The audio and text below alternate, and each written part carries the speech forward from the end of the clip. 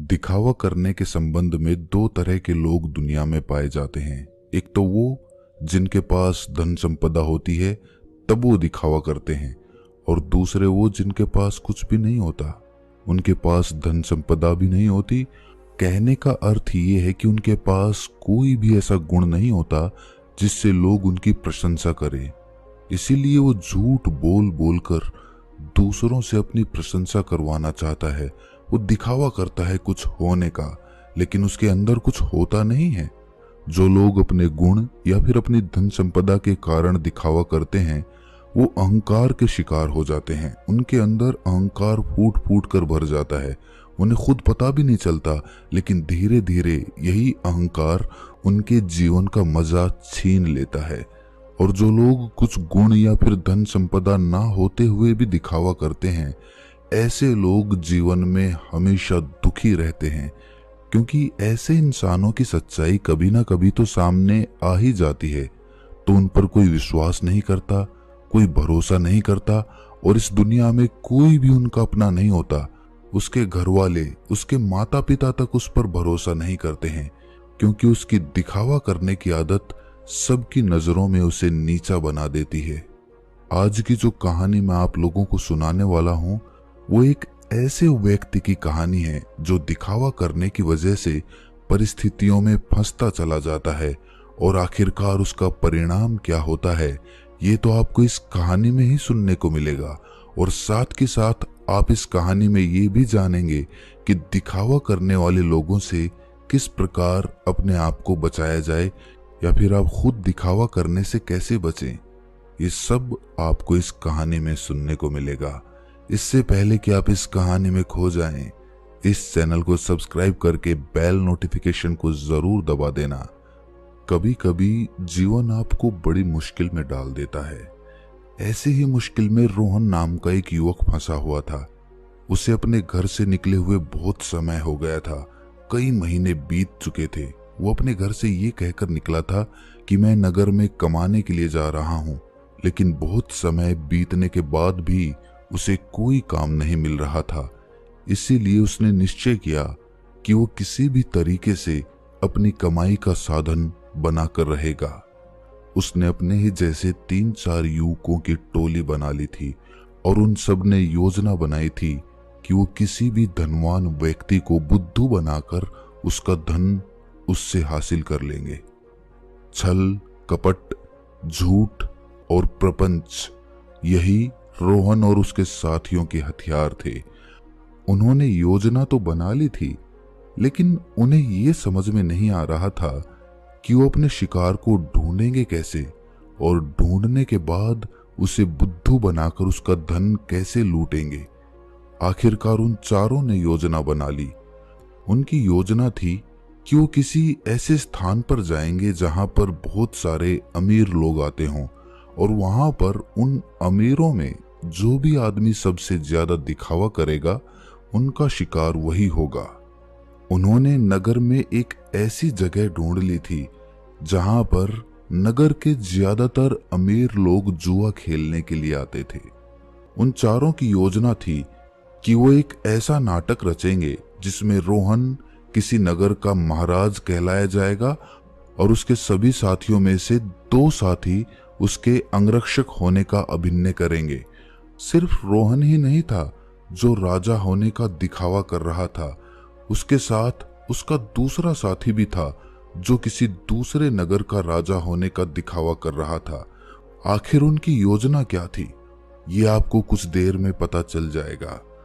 अगले दिन से सुबह सुबह सारे लोग अपने पात्र के हिसाब से वस्त्र धारण करके उस जगह पहुंचे जहां पर शहर के ज्यादातर अमीर लोग जुआ खेलने के लिए आते थे। रोहन उस जगह पर एक नगर का महाराज बनकर पहुंचा था, जिसके पीछे उसके साथी अंगरक्षक साथ साथ चल रहे थे। सब अमीर लोगों की नजर उन पर टिकी हुई थी, क्योंकि रोहन उन सब में सबसे ज्यादा अमीर लग रहा था। उसकी वेशभूषा बेशकीमती लग रही थी, बेहद आकर्षक लग रही थी, जिससे सभी लोग उसकी तरफ आकर्षित हो गए थे। कुछ समय बाद रोहन एक ऐसी जगह पर जाकर बैठा जो सिर्फ बहुत जरूरी लोगों के लिए बनी हुई थी। जब रोहन वहां पर जाकर बैठा तो उसके अंगरक्षक वहीं उसके पास खड़े हुए थे। सब आपस में चर्चा करते हुए एक दूसरे से पूछ रहे थे कि ये किस नगर के महाराज हैं। उसी भीड़ में रोहन का एक और साथी मौजूद था। उसने उन सबको संबोधित करते हुए बताया कि रोहन किसी बड़े नगर का बड़ा महाराज है, और सब ने उसकी बात पर यकीन कर लिया। अब वो अमीर लोग जो ज्यादातर दिखावा करते थे, जो किसी बड़े आदमी से अपना सम्मान सुनने के लिए तरसते रहते थे, ऐसे लोग रोहन के आसपास मंडराने लगे थे।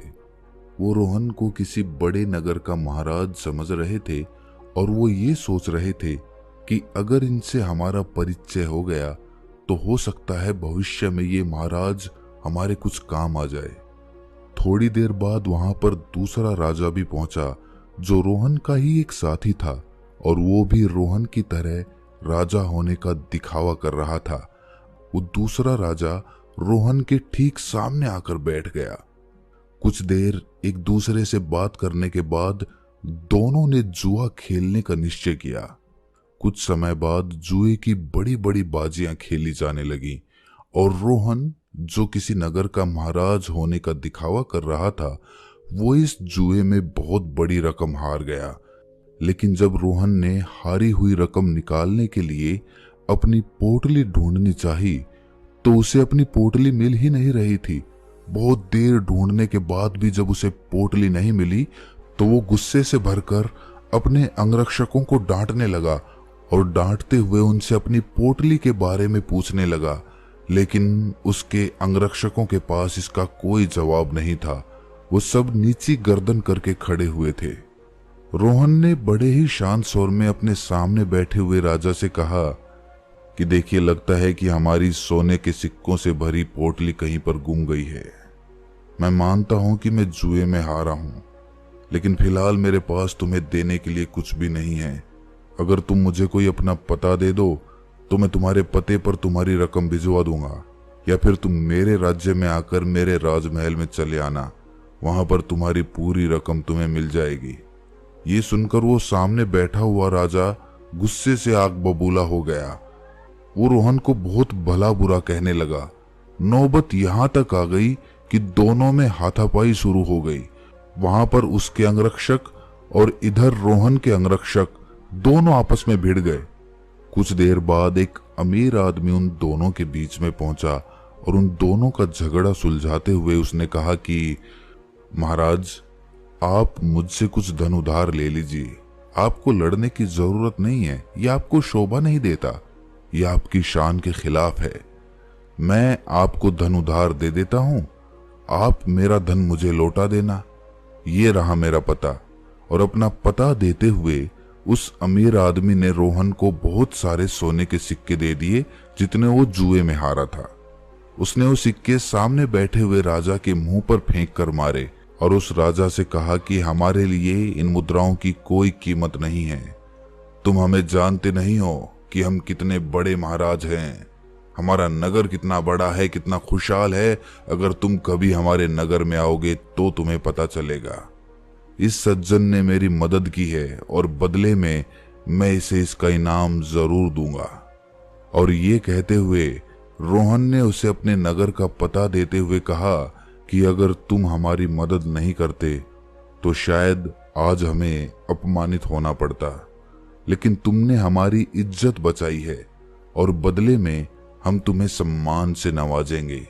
तुम्हें कभी भी किसी भी चीज की जरूरत हो तो तुम बेहिचक हमारे नगर में हमारे राजमहल के अंदर चले आना। तुम्हारे लिए हमारे राजमहल के दरवाजे हमेशा खुले रहेंगे। वो अमीर आदमी तो चाहता ही यही था कि किसी तरह मेरा काम निकल जाए, किसी तरह मैं महाराज की नजर में ऊंचा बन जाऊं कि भविष्य में कोई मैं अपना काम उनसे निकलवा सकूं। थोड़ी देर बाद संध्या हो चुकी थी और संध्या समय सभी अपने घर की तरफ प्रस्थान कर गए। रोहन ने भी उस अमीर आदमी से जाने के लिए आज्ञा मांगी और कुछ समय में उसका धन वापस लौटाने का वादा करते हुए रोहन वहां से अपने अंगरक्षकों के साथ प्रस्थान कर गया। उनके द्वारा रचे गए नाटक में एक अमीर आदमी फंस चुका था, जिससे उन्होंने बहुत सारा धन भी ऐंठ लिया था। रोहन ने योजना बनाई थी कि जैसे ही वो किसी अमीर आदमी को बेवकूफ बना देगा तभी वो इस नगर को छोड़ देगा, क्योंकि यहाँ पर रहना अब खतरनाक साबित हो सकता था। इसीलिए उसने अपने उस साथी को बुलाने के लिए कहा जो दूसरे राजा का बिन्ने कर रहा था, क्योंकि सोने के सिक्कों से भरी पोटली तो उसी के पास थी। लेकिन बहुत ढूंढने के बाद भी रोहन का वो साथी उसे कहीं नहीं मिला। अब रोहन को आभास हो गया था कि उसके साथी ने उसी को बेवकूफ बनाया है और सारा धन लेकर वो रफू चक्कर हो गया है। जब रोहन को इस बात का पता चला तो उसे बहुत दुख हुआ। उसे कोई रास्ता नहीं सूझ रहा था। बिना धन के वो इस नगर को छोड़ भी नहीं सकता था, क्योंकि कहीं जाने के लिए भी धन चाहिए था।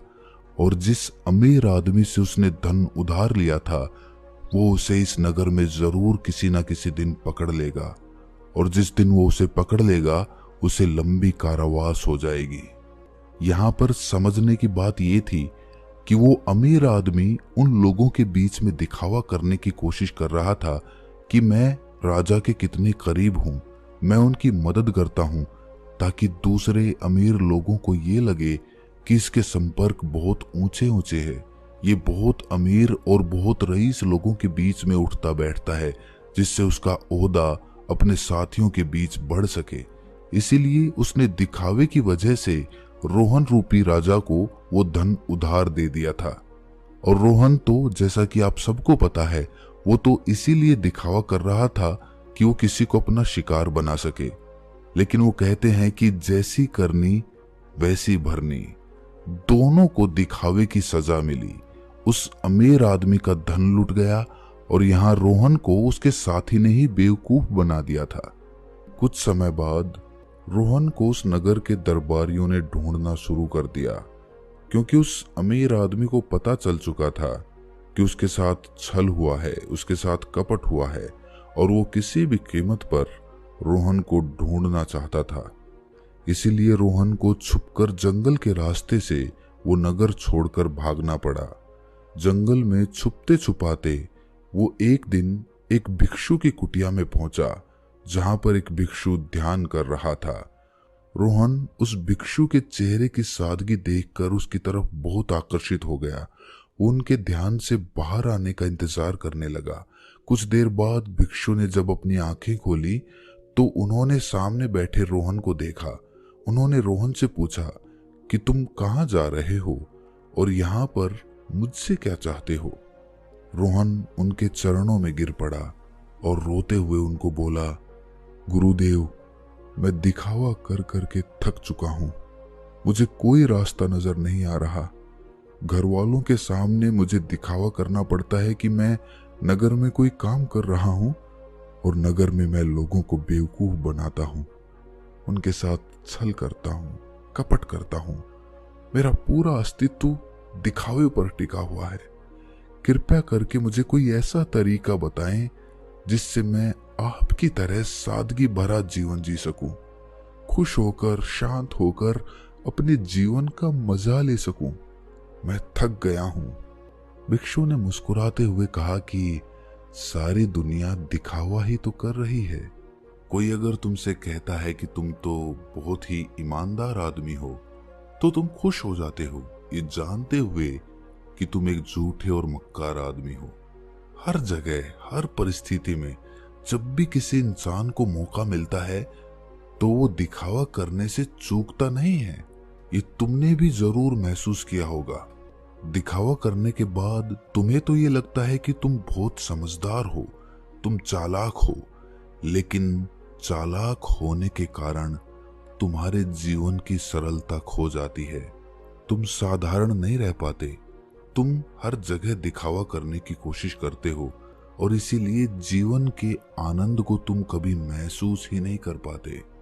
लेकिन समझने की बात यह होती है कि आदमी दूसरे के सामने दिखावा तभी करता है जब वो सामने वाले की नजर में ऊंचा होना चाहता है। अगर तुम सामने वाले से प्रभावित नहीं होते तो तुम्हें दिखावा करने की कोई जरूरत ही नहीं रहेगी, क्योंकि तुम किसी ना किसी तरह सामने वाले आदमी को आकर्षित करना चाहते हो, उसे अपनी ओर खींचना चाहते हो, और यही दिखावे का सबसे बड़ा कारण होता है। लेकिन जो इंसान तुम्हारे दिखावा करने की वजह से तुम्हारी तरफ आकर्षित हुआ है, तो कल अगर उसे तुम्हारी सच्चाई पता चलेगी तो वो तुमसे दूर भी हो जाएगा। इसीलिए दिखावा करने की वजह से अपने भी हमसे दूर होते चले जाते हैं। हमें इसका कभी एहसास ही नहीं होता और हम अकेले पड़ते चले जाते हैं। आखिरकार हम पाते हैं कि हमारे आसपास कोई भी मौजूद नहीं है जिसे हम अपना कह सकें, जिससे हम अपने दिल की बात कर सकें, क्योंकि हर इंसान के सामने हमने सिर्फ दिखावा ही किया है। लेकिन जो इंसान अपने आप को जानता है, अपने एकांत में स्थापित हो गया है, उसे किसी के आने या जाने से कोई फर्क नहीं पड़ता। वो तो बस अपने एकांत का आनंद उठाता है। कोई आए तो ठीक और जाए तो भी ठीक। वो किसी को आकर्षित करने की कोशिश नहीं करेगा और इसीलिए उसका जीवन सरल होता चला जाएगा, साधारण होता चला जाएगा। और जितने सरल तुम बनते जाओगे, उतनी ही आसानी से तुम ध्यान में प्रविष्ट हो पाओगे। जीवन एक परीक्षा है, लेकिन कुछ लोग उस परीक्षा में संघर्ष नहीं कर पाते और वो लोग एक दिखावे का रास्ता अपना लेते हैं। वो जीवन को पूरी सच्चाई से जीना ही नहीं चाहते। वो खुद की सच्चाई को भी खुद स्वीकार नहीं करना चाहते। ऐसे बहुत से लोग होते हैं जिनके अंदर बहुत सारी बुराइयां होती हैं, लेकिन वो अपनी बुराइयों को कभी खुद महसूस ही नहीं कर पाते, खुद स्वीकार ही नहीं कर पाते। उन्हें पता होता है कि उनके अंदर ये कमी है, लेकिन अहंकारवश, दिखावे के कारण ना तो वो अपनी बुराई सामने वाले के सामने बता पाते हैं और ना ही उसको खुद स्वीकार करके उसको ठीक कर पाते हैं। इसीलिए सबसे पहले दिखावे की दुनिया को छोड़ो, बनावटी दुनिया को दूर हटा दो, क्योंकि जब बनावटी दुनिया तुमसे दूर होगी तो ही तुम्हारा मन स्वच्छ हो पाएगा, निर्मल हो पाएगा। और जितना मन तुम्हारा निर्मल होगा, उतने ही अच्छे लोग तुम्हारे संपर्क में आते रहेंगे। और जितना कपटी तुम्हारा मन होगा, तो कपटी लोग ही तुम्हें मिलते जाएंगे। हमें वही लोग जीवन में टकराते हैं जिस तरह का हमारा खुद का नजरिया होता है। अगर हमारा नजरिया साफ है, शुद्ध है, तो हमें शुद्ध लोग ही टकराएंगे। और वहीं पर अगर हमारा नजरिया कपट से भरा हुआ है, धोखे से भरा हुआ है, तो हमें रास्ते में ऐसे ही लोग टकराएंगे। तुम किसी को धोखा दोगे, कोई तुम्हें धोखा देगा, और ये गोला निरंतर चलता रहता है। इस चक्र से बाहर आने का सिर्फ एक ही तरीका है, किसी को आकर्षित करने की कोशिश मत करो। किसी को भी जबरदस्ती झूठ बोलकर खुश करने की कोशिश मत करो। बस तुम अगर ये छोटा सा सिद्धांत अपना लेते हो, तो तुम्हारी बनावटी दुनिया कब सच में बदल जाएगी तुम्हें पता ही नहीं चलेगा। साधारण रहकर, सरल रहकर, ध्यान की गहराइयों से अपने जीवन का परिचय कराओ, तब तुम्हें जीवन के आनंद का पता चलेगा। तब तुम समझोगे कि जीवन के असली मायने क्या होते हैं। किसी को बेवकूफ बनाना, किसी को झूठ बोलना, जबरदस्ती दिखावा करना, ये जीवन नहीं है, ये कुछ और है। ये दुख है, ये संताप है, और यही दुखों का कारण है। इसीलिए तुम दुखों को काटना चाहते हो तो सबसे पहले इस पेड़ की जड़ को उखाड़ कर फेंको जो दिखावे का पौधा तुमने लगा रखा है। और ये कहकर वो भिक्षु कुटिया के अंदर चला गया। उनके जाने के बाद रोहन ने महसूस किया कि उसके जीवन में जितनी भी समस्याएं हैं, उसके पीछे मूलभूत कारण उसका दिखावा ही है। अगर वो दिखावा करना छोड़ देता है तो जाहिर सी बात है वो झूठ बोलना भी छोड़ देगा। फिर कैसी भी परिस्थिति हो, वो सिर्फ सच बोलेगा, और जब सच बोलने की हिम्मत उसमें आ जाएगी तो उसका जीवन खुद ही परिवर्तित हो जाएगा। ऐसे ही विचारों में डूबा हुआ वो उस जंगल को पार कर गया। तो दोस्तों, कैसी लगी ये कहानी आपको कमेंट सेक्शन में जरूर बताना, और अच्छी लगी हो तो इस चैनल को सब्सक्राइब करके बेल नोटिफिकेशन को जरूर दबा देना। तो मिलते हैं किसी अगली कहानी